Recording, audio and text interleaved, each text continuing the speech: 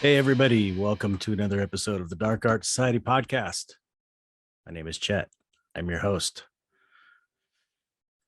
And today's guest is nobody.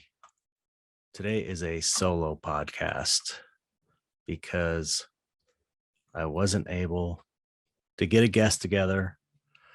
I've been just too busy with too many different things and decided to just kind of take it easy.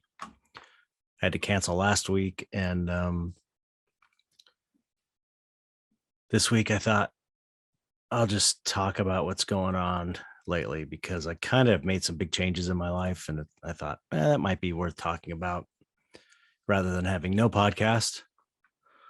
So yeah. So instead of going into what I've been up to, let's get the other stuff out of the way first, which is new subscribers. Right? If you want to subscribe, you can go to patreon.com/darkartsociety and join for as little as $1. Okay, let me see here. And then you can get your name read on the air. Wait a minute, where is okay. Hey, okay. Sorry. New subscribers. Come on. Come on, Patreon. All right, let's see here. We've got, wait a minute. See, what happens is when I skip a week, then they get all backed up, and then I have to look way back, and they don't always show up. Okay. Here we go. Left off with Nono Rama. Okay, I saw Nono Rama. Okay. I think. Yes. Okay. Oh, we got a deleted pledge. Okay. We've got Tyvon Krieger. Thank you. And we've got Kevin McGinnis. Thank you, Kevin. And we've got, that's it. Okay. So anyway, yeah. I guess the subject is slowing down. I'm slowing down. I'm slowing my life down. I've just, it's like I've gotten so much stuff going on with these books. Oh my God, shipping these books out and everything. It's great because I'm finally getting this dystopia project done, and I'm over 200 shipped now, and hopefully 250 by the end of the week, maybe 300 if I'm lucky. Nah, I'm too overly optimistic. It'll probably be like 250 out of 625. But so that's going on. I've got these tool posters that I'm gonna be having to doodle and sell those, and I've got this podcast, and I've got a bunch of commissions, and I also have this NFT thing happening that's bringing in money that I cannot ignore. So trying to juggle all that stuff was just getting out of hand. And I was just feeling like shit, like really bad back pains. Oh man, just gaining a bunch of weight, just not being healthy. So I think about 3 weeks ago, I was like, okay, I got to get back on the horse, get to bed on time, start getting up early, start doing my walk. Like I was doing all this stuff up until chaos. I did it for most of last year. And then the chaos show happened, and I pushed it to the last minute, like I always do. And I painted the whole show in 3 months, like I always do, which is a terrible idea. And then I have to pull all-nighters. And when I pull all-nighters, I eat late. And I think I, kind of get energy from eating. I think I probably am using the sugar from carbs maybe to wake me up, but it seems to energize me. So when I'm pulling all-nighters and stuff, it's just like everything goes out the window. My health, I don't have time to exercise. or any of that. So, and then after the chaos show, then it was like the whole schedule was thrown off, and it just really took me until 3 weeks ago to get back on it. So now I am going to bed at 9:30 every night, getting up at 5:30 every morning, and taking a walk in the morning, and eating healthy and not eating so much. So it's kind of like a huge change for me, and that's the way it has to be if I'm going to maintain this and lose some weight and get healthy again. And the only way to do that is to slow down. I can't. It's like before I would, do as much as I could, work during the day, and then everything that I didn't get that I had to do, like shipping for my business and my prints and all that stuff, anything that I say had a commission that needed to be done, anything I wasn't able to do during kind of like normal business hours during the day, I would do at night. And then I ended up staying up till 11, 12, 1 or so. And then, forcing myself to get up at like 8. And I can't keep doing that. Not if I'm going to stay healthy. There's no way to have the two. So I had to pick one or the other. So I gotta, I'm fine. I like getting up early. It's great. I'm on the schedule now. It's not hard. I fall asleep at like 9:30, believe it or not.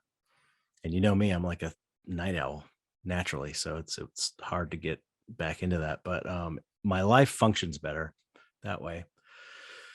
So I guess the bottom line is now I don't have nighttime to catch up on everything. So that means, I have to stop at 6, 7 o'clock and then kind of wind down and go to sleep at 9:30, 9 o'clock, 9:30. That means I'm just going to have to produce less, I guess. Slow down, create less work. I guess be smarter about what I'm doing. And yeah, so I'm slowing down, which is why I didn't have a podcast last week and why I'm only doing a solo podcast this week. And it's probably going to be a short one too, because I just can't do it all. But I feel like it's better long-term approach. I mean, I can't keep going like this. I've been doing it for like 20 years now, and I've managed it, but it's kept me from having kind of like a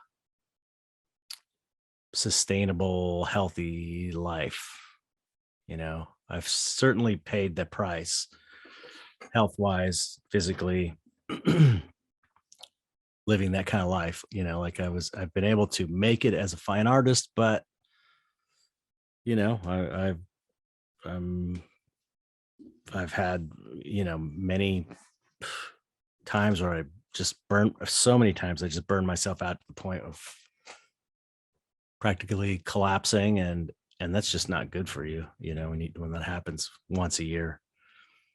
So I mean, that's not to say I'm going to stop creating or anything like that. Obviously, I mean, I got a bunch of stuff behind me that I'm working on, but I am going to not crank as much, and that's all I do is work. So that's still a good amount of stuff, but that I'll be getting done, but not like I was before. Just can't do it. So I got, for example, I've got this chaos show that I didn't want to do, but Gary at Copro really wanted me to do it. So I said, okay, I'll do it in the fall. But it's going to be a small show. So I'm doing a small show for Copro, and I've got a concept. I've posted some studies on my Patreon. I think it's going to be called Zombie Death Bots. And I'm really excited about these little paintings. I got some back here. Some of these guys, not this one. This one's for Chad Harrion. So I'm actually starting, what is it? It's January, it's March. So April, May, June, July. 6 months ahead, I'm trying to start on this show so I can pace myself and not just cram it all into a 3-month period. And I don't know. I think on some level,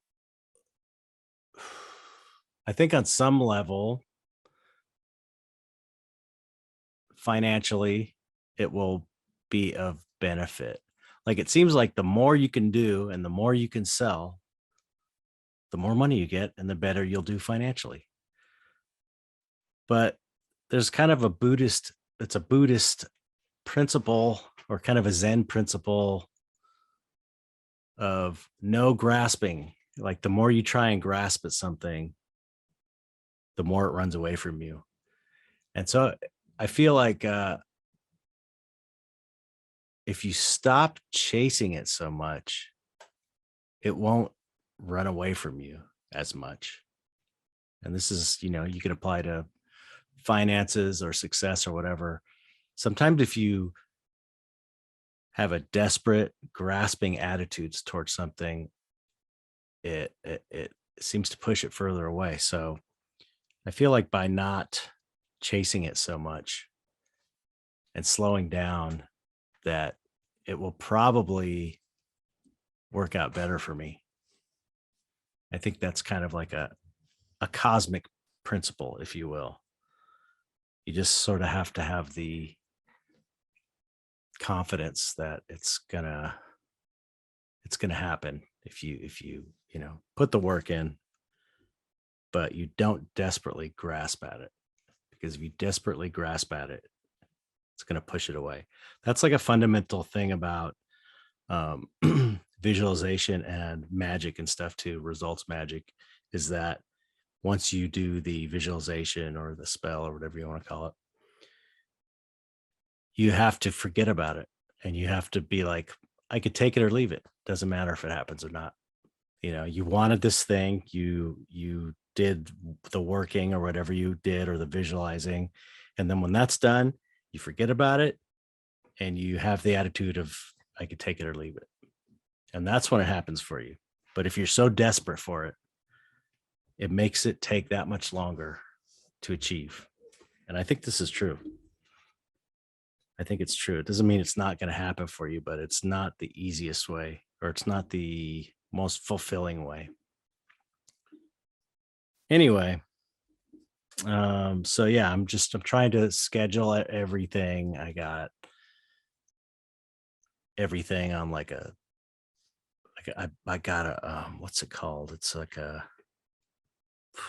a spreadsheet.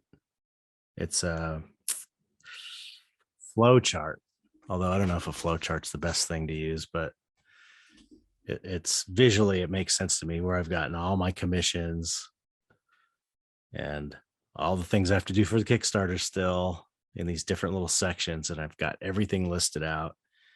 I've got a dry erase board on the wall with all of my stuff on it that I have to get done. And I'm just trying to schedule it into my life so I can get everything done. And I've been saying this for the last 5 years. This year, I'm going to get it done.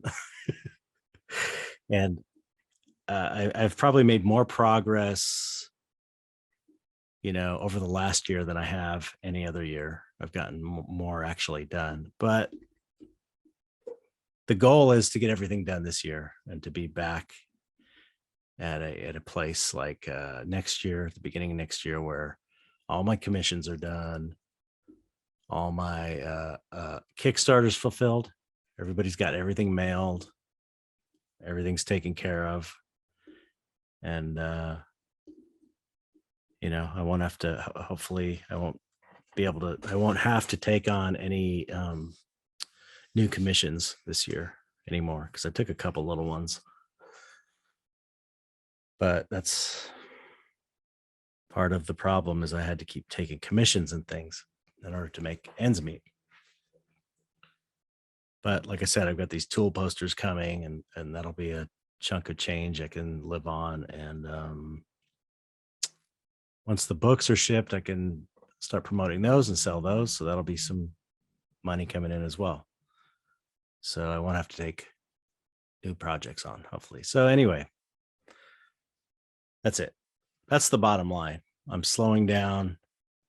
That means I might miss a podcast a month more often if I have to, because I just, I don't know what else I can do. I suppose I could get some help with the podcast, which I probably should. But I've got, the next 3 or 4 guests, not scheduled, but tentatively agreed upon. So some really cool guests coming on. And an episode wouldn't be complete without me mentioning NFTs again. I hate to do it, but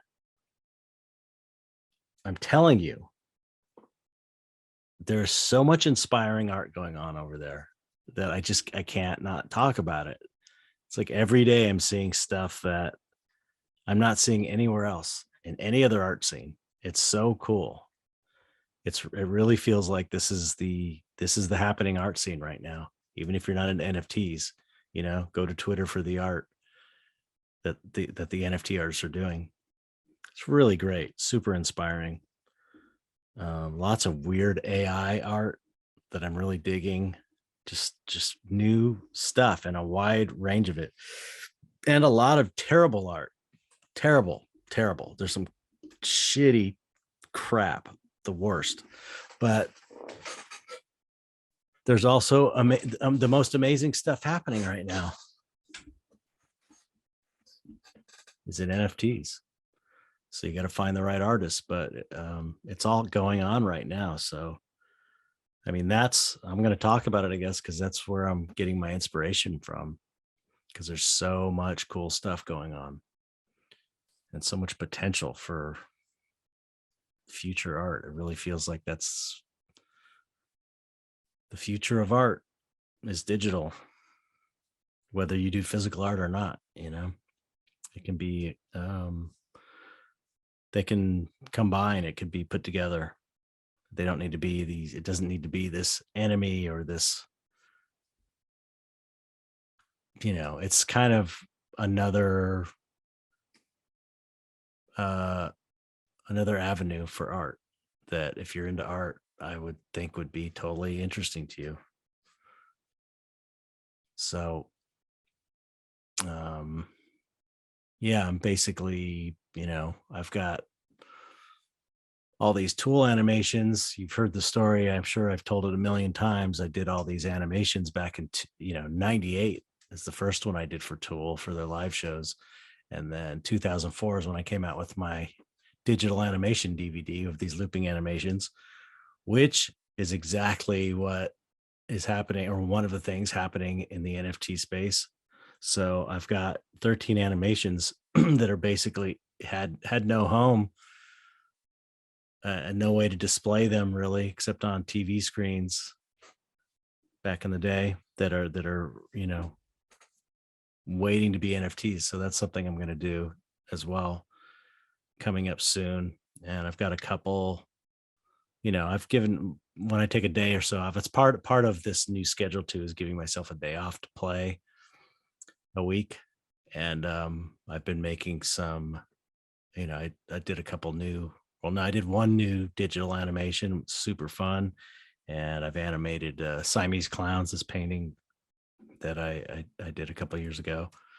And so that's, I'm going to make those both NFTs as well.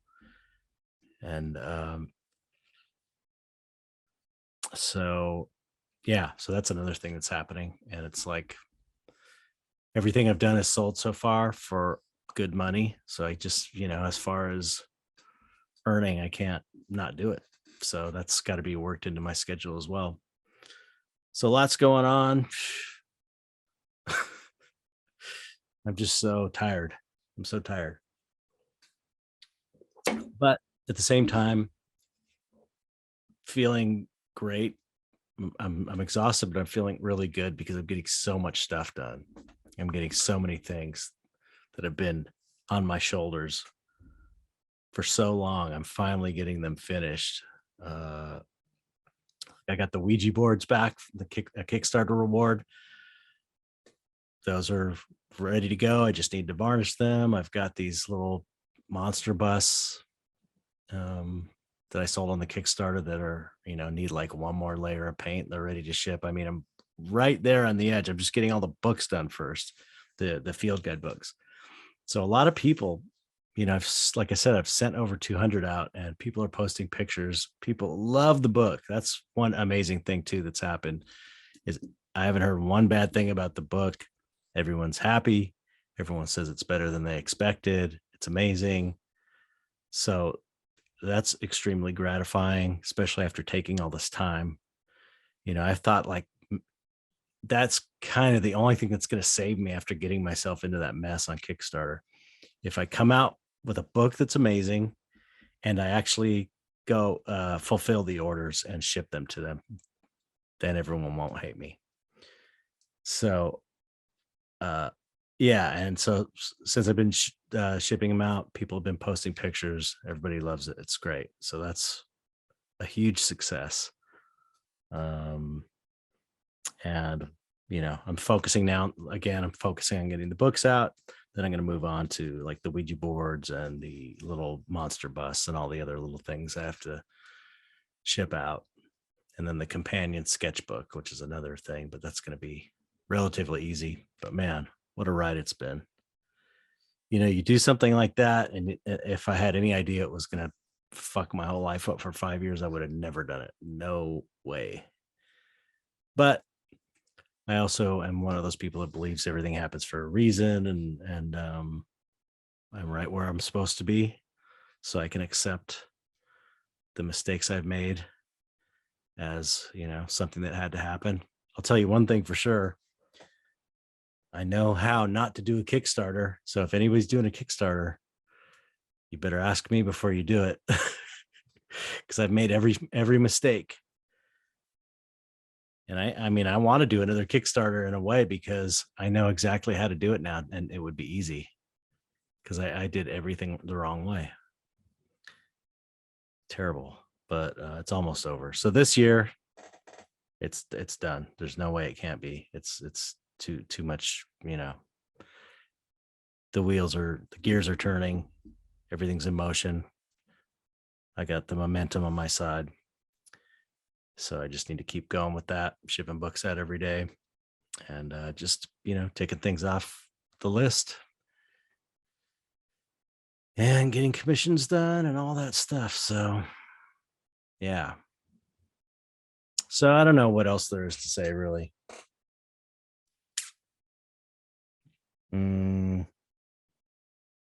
Not too much. Yeah.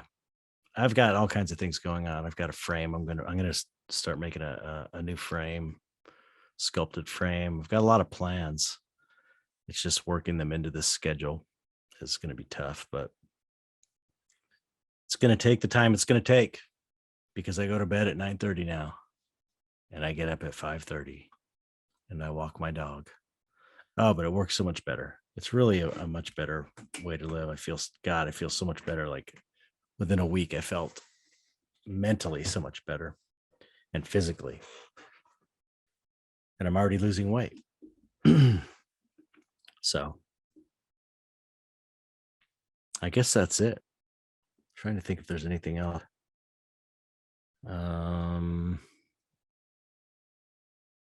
Not really. That's been my life really since the beginning of the year. Yeah, that's it. So I'm not sure which guest we're having next week, but there will be another podcast next week at the usual time. And all of the guests that I have asked tentatively are great. So it'll be a good show. So I guess that's it. I'm going to cut it short, just a little something to say hello and give you something to listen to and let you know there's going to be another one coming up in a week or so. Okay. That's it. Thanks for listening. And goodbye, everybody. Goodbye, audience. See, I forgot my own stupid catchphrase. All right. Talk to you soon. Okay, bye.